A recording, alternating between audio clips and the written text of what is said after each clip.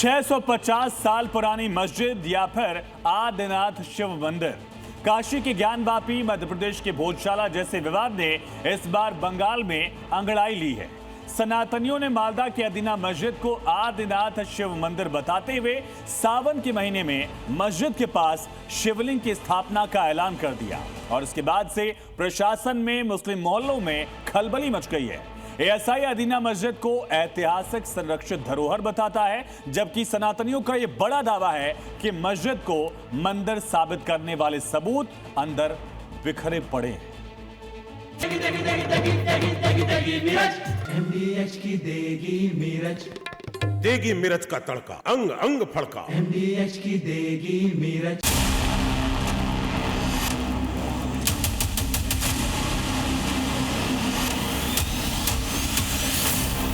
तस्वीरें मालदा जिले में स्थित 650 साल पुरानी ऐतिहासिक अदीना मस्जिद की, लेकिन अब इसके मस्जिद होने पर ही सवाल खड़े हो गए। दावा है कि यह मस्जिद प्राचीन आदिनाथ शिव मंदिर को तोड़कर बनाई गई। ये दावे हवा में नहीं किए जा रहे हैं, इनके पुख्ता आधार हैं। देखिए, मस्जिद परिसर में शिवलिंग जैसी आकृति, मस्जिद के दरवाजे पर गणेश जी की मूर्ति, दरवाजों पर कलश की आकृतियां, दरवाजों पर ब्रह्म कमल की आकृति,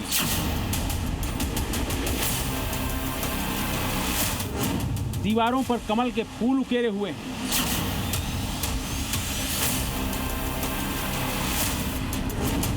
दरवाजे पर नाग देवता की आकृति बनी हुई है। दूसरे हिंदू देवी देवताओं की आकृतियां भी बनी हुई हैं।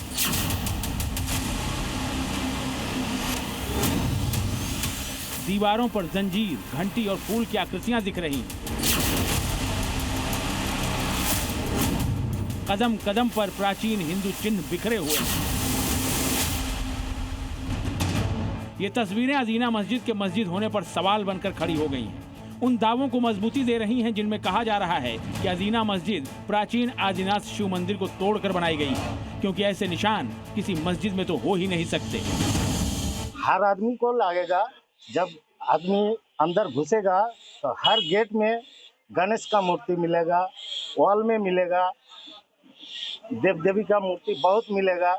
अभी जो घर है उसका घर अंदर जाएगा तो विष्णु मंदिर मूर्ति मिलेगा, सब कुछ मिलेगा। देखने से ही पता चल जाएगा कि ये मंदिर था, अभी मस्जिद किया हुआ है। और यही वजह है कि अब एक हिंदू संगठन ने सावन के महीने में मस्जिद परिसर के पास विशाल शिवलिंग की स्थापना और रुद्राभिषेक का ऐलान कर दिया है। आदिनाथ पुरातन शिव मंदिर समिति ने कहा है कि हुगली के तारकेश्वर से लाए गए शिवलिंग की यहाँ स्थापना होगी। ये शिवलिंग करीब 3.6 फीट ऊंचा और 1.5 टन वजनी होगा। ये शिवलिंग पास में ही बने मंदिर में स्थापित किया जाएगा। संगठन का दावा है कि मस्जिद के पत्थरों और वास्तुकला में हिंदू और बौद्ध धर्म के प्रतीक चिन्ह और मूर्तियों को साफ साफ देखा जा सकता है, जो इसके मंदिर होने पर मोहर लगाते हैं। पूरा दुनिया में कई मस्जिदों पे आप देखें कि वहाँ पे कोई मस्जिद पे देव मूर्तियां गाथा जाता है, नहीं है। तो इससे प्रमाण होता है कि ये मंदिर है। ये हो सकता है कि जो मुस्लिम सल्तनत था वो हिंदू में कन्वर्ट हो गया। समिति का दावा है कि अदीना मस्जिद का निर्माण आदिनाथ मंदिर को तोड़कर किया गया। इस विवाद ने उस समय तूल पकड़ा था जब बीते साल टीएमसी के सांसद यूसुफ पठान ने मस्जिद के दौरे की अपनी तस्वीरें शेयर की थीं। उन तस्वीरों में मस्जिद की दीवारों पर बने निशान दिखाकर लोगों ने अदीना मस्जिद के मंदिर होने का दावा किया था। दिसंबर 2025 में यह मुद्दा बीजेपी सांसद श्रमिक भट्टाचार्य ने संसद में भी उठाया था। अदीना मस्जिद नहीं है, वो आदिनाथ की मंदिर है, इसका हिस्टोरिकल एविडेंस है। हालांकि एएसआई अदीना मस्जिद के मंदिर होने के दावों की पुष्टि नहीं करता। एएसआई के रिकॉर्ड के मुताबिक अदीना मस्जिद का निर्माण 1373 ईस्वी में बंगाल सल्तनत के सुल्तान सिकंदर शाह ने किया था, जो प्राचीन स्मारक और पुरातत्व स्थल एवं अवशेष अधिनियम 1958 के तहत राष्ट्रीय महत्व का संरक्षित स्मारक घोषित है।